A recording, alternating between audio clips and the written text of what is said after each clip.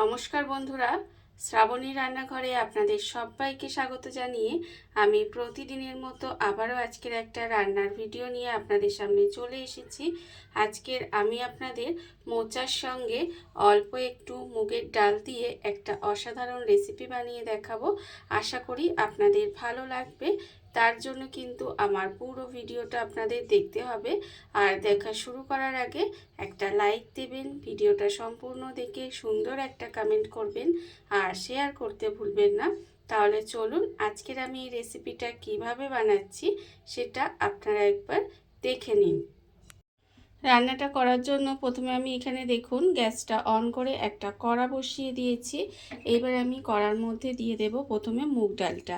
এখানে কিন্তু অল্প একটু মুগের ডাল রেখে দিয়েছি, সেই মুগের ডালটা আমি এখানে দিয়ে দিলাম। দিয়ে ডালটাকে শুকনো খোলায় প্রথমে একটু ভালো করে ভেজে নেব। গ্যাসটাকে একেবারে লোতে দিয়ে দেবেন। লোতে দিয়ে ডালটাকে একটু এইভাবে ভেজে নিতে হবে। এমনভাবে ডালটা ভাজবেন যাতে ডালটা পুড়ে না যায়, অথচ সুন্দর করে ভাজা হয়ে যায়, সেইভাবে কিন্তু ডালটাকে ভেজে নিতে হবে। আর আমি প্রতিদিনের মতো আপনাদের একটা কথাই বলবো যে প্লিজ আমার ভিডিওটা আপনারা টেনে টেনে দেখবেন না, পুরো ভিডিওটা দেখুন। আশা করি আপনাদের ভালো লাগবে। দেখুন আমি কিন্তু এইভাবে গ্যাসটাকে লোতে দিয়ে একটু সময় নিয়ে ডালটা ভেজে নেব। ডালটা আমার এখানে দেখুন সুন্দর করে ভাজা হয়ে গেছে। গ্যাসটাকে লোতে দিয়ে এইভাবে ডালটা আমি একটু লাল করে সুন্দর করে ভেজে নিয়েছি, অথচ দেখতেই পাচ্ছেন যে ডালটা কিন্তু পুড়ে যায়নি। এইভাবেই কিন্তু ডালটাকে ভেজে নিতে হবে। ডাল আমার এখানে ভাজা হয়ে গেছে। এবারে আমি ডালটাকে আলাদা করে নামিয়ে রেখে দেব। ডালটা আমি আলাদা করে নামিয়ে রেখে দিয়েছি। এবার এই কড়ার মধ্যে দিয়ে দেব জল। এখানে কিন্তু কড়ার মধ্যে বেশ কিছুটা জল দিয়ে দিলাম। এবার জলের মধ্যে দিয়ে দেব দেখুন যে মোচাটা আমি এখানে ছোট ছোট করে কুচি করে রেখেছি, সেই মোচাটাও কিন্তু এর মধ্যে দিয়ে দিলাম। মোচাটাও এর মধ্যে দিয়ে দিতে হবে। এইবার আমি এর মধ্যে দিয়ে দেব দেখুন আন্দাজ মতো নুন দেব। আর দেব আমি এখানে অল্প সামান্য একটু হলুদের গুঁড়ো। এখানে অল্প একটু হলুদের গুঁড়ো দিয়ে দিতে হবে। দিয়ে এবার মোচাটাকে একটু ভাপিয়ে নেব। মোচাটাকে কিন্তু একটু সময় ভাপিয়ে নিতে হবে, তাহলে দেখবেন মোচা থেকে যে কষটা একটা বেরিয়ে যাবে, তাহলে রান্নাটা করলে খেতেও ভীষণ ভালো লাগবে। এইভাবেই কিন্তু মোচাটাকে একটু প্রথমে ভাপিয়ে নিতে হবে।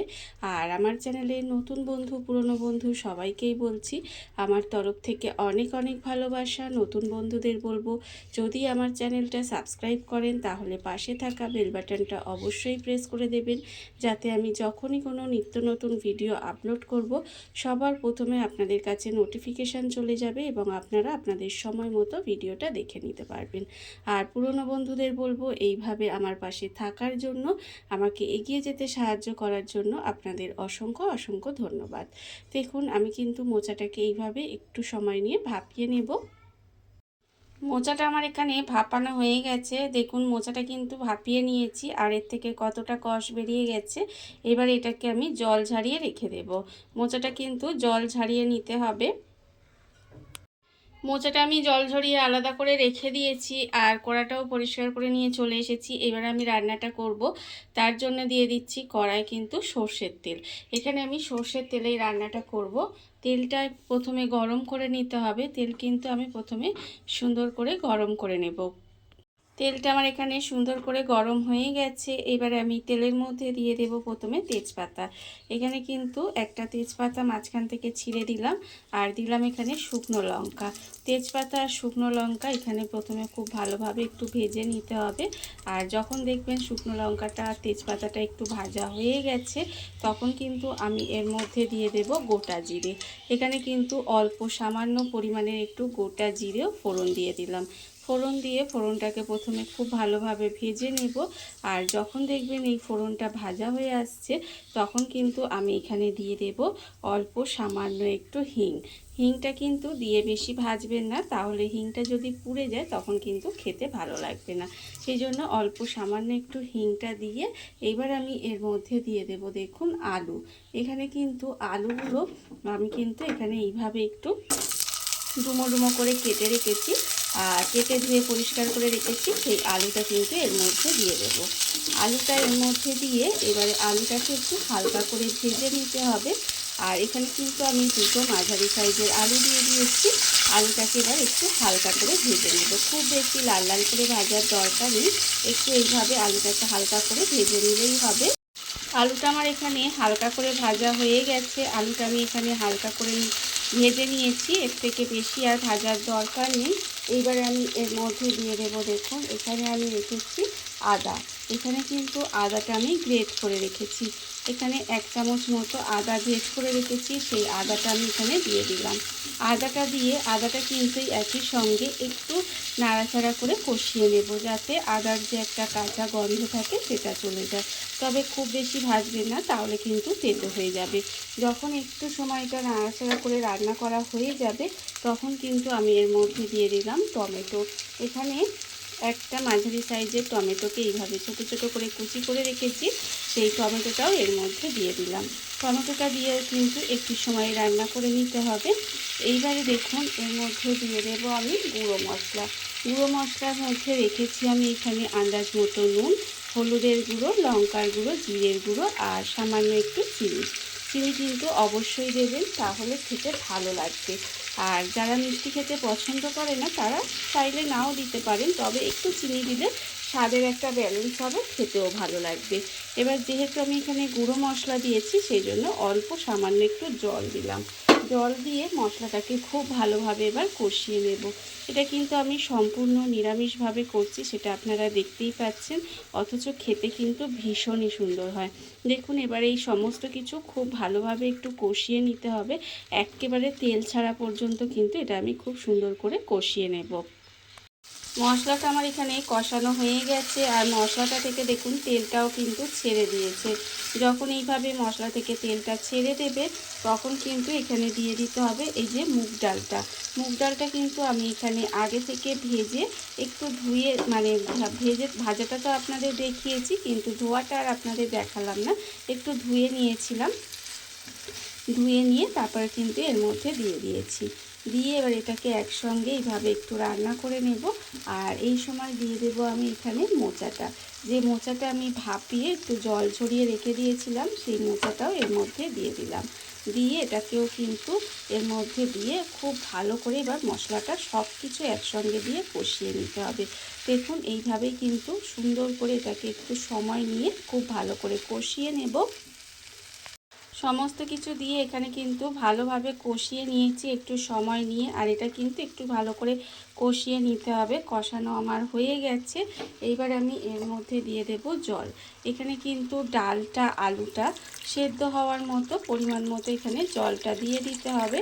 দেখুন এই পরিমাণে জল দিলেই কিন্তু আমার এখানে ডাল আর আলুটা মনে হয় সেদ্ধ হয়ে যাবে। এবারে দেখুন এইভাবে কিন্তু মিশিয়ে দিলাম, মিশিয়ে দিয়ে এটাকে ঢাকা দিয়ে একটু সময় রান্না হতে দেব, যাতে ডালটা আলুটা আর মোচাটা যেটুকু সেদ্ধ হওয়া বাকি আছে খুব ভালোভাবে সিদ্ধ হয়ে যায়।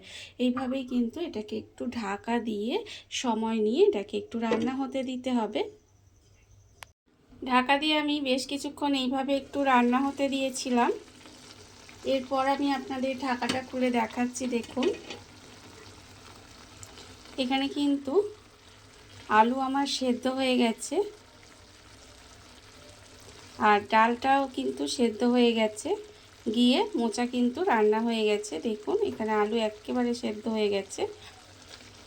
যখন এইভাবে সমস্ত কিছু রান্না হয়ে আসবে, তখন কিন্তু দেখুন আমি এইভাবে ঢাকাটা খুলে সমস্ত কিছু একসঙ্গে কিন্তু মিশিয়ে দেব। এইভাবে যদি একটু মুগ ডাল দিয়ে এই নিরামিষ যে মোচা রেসিপিটা আপনারা বানান, তাহলে দেখবেন খেতে কিন্তু অসম্ভব সুন্দর হয়। এটা কিন্তু গরম ভাত দিয়ে খেতে বেশি ভালো লাগে। এই আজকের নিরামিষ মোচার রেসিপিটা, মুগ ডাল দিয়ে নিরামিষ মোচার রেসিপিটা ভীষণই ভালো কিন্তু খেতে হয়। দেখুন আমার কিন্তু রান্নাটা এখানে প্রায় হয়ে এসেছে। যখন দেখবেন এইভাবে রান্নাটা একটু হয়ে আসবে, তখন কিন্তু নামানোর আগে এর মধ্যে আমি দিয়ে দেব এখানে কিন্তু অল্প সামান্য একটু গরম মশলার গুঁড়ো দিয়ে দিলাম, আর দেব আমি এখানে ঘি। এখানে কিন্তু ওপর থেকে একটুখানি ঘি ছড়িয়ে দেব। এই ঘি আর গরম মশলাটা দেওয়ার ফলে কী হবে, এটা কিন্তু খেতে আরও বেশি ভালো লাগবে। দেখুন আমি কিন্তু এখান থেকে ওপর থেকে একটু ঘি দিয়ে দিলাম আর গরম মশলা দিয়ে দিলাম, দিয়ে এটাকে একটু এইভাবে মিশিয়ে নেব। মিশিয়ে নিয়ে গ্যাসটাকে অফ করে দেব। অফ করে দিয়ে ঢাকা দিয়ে এইভাবে কিছুক্ষণ রেখে দেব। তারপরে আপনাদের পরিবেশন করে দেখাবো ঠিক কেমন হলো। দেখুন রান্না আমার একেবারে রেডি হয়ে গেছে। এবার আমি গ্যাসটা অফ করে দেব আর ঢাকা দিয়ে রেখে দেব। তারপরে আপনাদের পরিবেশন করে দেখাবো ঠিক কেমন লাগলো। দেখুন বন্ধুরা, বাড়িতে থাকা কত অল্প উপকরণে কত অল্প সময় কত সুন্দর একটা মোচার মধ্যে অল্প একটু মুগ ডাল দিয়ে একটা অসাধারণ রেসিপি তৈরি হয়ে গেছে। আপনারা দেখতেই পেলেন। আর এটা কিন্তু খেতে ভীষণ সুন্দর হয়। এইভাবে আপনারাও একদিন হলেও বাড়িতে বানিয়ে দেখতে পারেন। আর এই ভিডিওটা যদি আপনাদের ভালো লেগে থাকে, আপনারা আমার চ্যানেলটা সাবস্ক্রাইব করে এইভাবে আমার পাশে থেকে যেতে পারেন। তাহলে চলুন আজকের ভিডিওটা এই পর্যন্তই। নমস্কার।